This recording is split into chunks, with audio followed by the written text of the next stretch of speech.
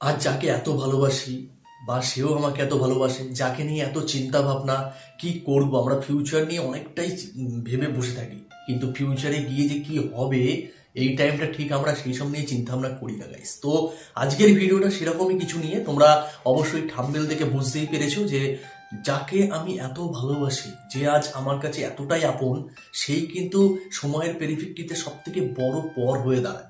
হ্যাঁ, এই ভিডিওর মূল্য তারাই বুঝতে পারবে যারা মোটামুটি ধাক্কা খেয়ে বসে আছো এই মুহূর্তে। ধাক্কা মানে বুঝতেই পারছো গাইস কিসের কথা বলা হচ্ছে। কারণ আজ তোমরা একটা ভালো রিলেশনে রয়েছো। হ্যাঁ, আমি বলছি না যে সে তোমাকে ভালোবাসে না বা তুমি তাকে ভালোবাসো না। হ্যাঁ, দুজন দুজনের মধ্যে একটা রিয়েল লাভের মধ্যে চলছো, কিন্তু যাকে নিয়ে তুমি আজকে এত স্বপ্ন দেখছো, এত গর্ব করে লোককে বলছো যে আমি একটা গুড রিলেশনে রয়েছি, হ্যাঁ সে আমাকে খুব ভালোবাসে, বা অনেক স্বপ্ন দেখছো, কিন্তু এমন একটা সময় চলে আসবে, এমন একটা বাধার সম্মুখীন তোমার হতে হবে, তখন দেখবে সেই আপনজন, মানে সে যে ভালো, যাকে খুব ভালোবাসো, যে এই মুহূর্তে তোমার কাছে খুবই আপনজন, এতটাই আপন যে তোমার অরিজিনালি যারা আপন লোক তারাই এই মুহূর্তে তোমার চোখে পর পর মনে হয়, সে এতটাই আপন। আর সেই এক সময় তোমার হাত ছেড়ে দিয়ে তোমার সামনে দিয়ে অন্যের হাত ধরে সংসার নিয়ে ব্যস্ত থাকবে, তখন দেখবে তোমার পাশ থেকে হেঁটে যাবে, তবুও যে তুমি কথা বলবে সেই জায়গাটাও থাকে না, এতটাই পর হয়ে যায় সে।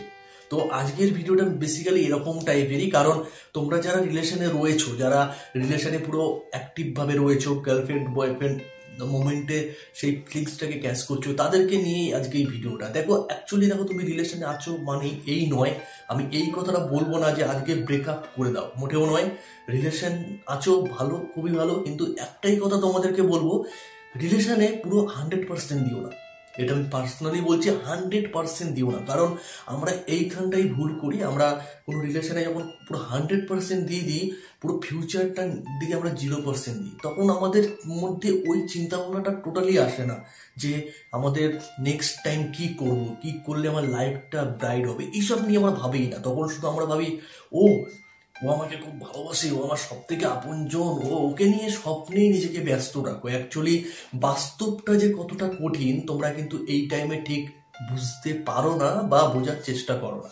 তোমরা তখনই বুঝতে পারো যখন দেখবে সেই যে তোমার আপন আপন করে স্বপ্নে পুরো নিজেকে ভাসিয়ে রেখেছো, ফিউচারের চিন্তা বাদ দিয়ে, যে সে যখন দেখবে একটা বেশ ইনকাম করে বা একটা স্ট্রাগলের ছেলে হাত ধরে যখন চলে যাবে তোমার সামনে দিয়ে, ব্রেকআপ চেয়ে নেবে, যে আমার পক্ষে এই রিলেশনটা রাখা সম্ভব, তুমি তোমার রাস্তা দেখো, আমি আমার রাস্তা দেখি, তখন তাকে তুমি কি উত্তর দেবে সেই উত্তর কিন্তু তুমি টোটালি খুঁজেই পাবে না। সো গাইস, তোমাদের একটা কথা বলি, ভিডিওটা খুব ছোট করব, ভিডিওর টাইটেলটাও কিন্তু খুব একটা ফ্যাক্ট তোমার কাছে মনে হচ্ছে না, কিন্তু তোমাদের ক্লিয়ার কথা বলি, আজ এই যে রিলেশনে যারা থাকে একটু খিটখিটে মেজাজি হয়ে যায়, বাড়ির ফ্যামিলির বিরুদ্ধে তারা কথা বলে, হয়তো তুমি যা তোমার যে গার্লফ্রেন্ড রিয়েলি যারা চেনে, আর ফ্যামিলি কিন্তু কখনোই তোমার খারাপ চায় না, তারা যদি দেখে না মেয়েটা ওর জন্য পারফেক্ট নয়, মেয়েটা ঠিক সুবিধাজনক নয়, তাহলে সেই ক্ষেত্রে কিন্তু স্টপ করে দেওয়াটাই নিয়ম তোমার রিলেশন। কিন্তু তোমরা তখন কি করো না, এই আমাকে খুব ভালোবাসে, এই আমার সব, ফ্যামিলি ভুলভাল বলছে, হ্যান ত্যান, এই যে বললাম, যখন তোমার অরিজিনালি যারা আপন তারাই তোমার কাছে এই টাইমে পর মনে হয়। তো অরিজিনালি যারা তোমার আপন তাদেরকে পর মনে হয়, আর যা যে একসময় সব থেকে বড় পর হয়ে যাবে তাকেই তুমি আপন করে নিচ্ছ এই টাইমে, তোমার ফিউচারটাকে অন্ধকারের দিকে ঠেলে দিয়ে।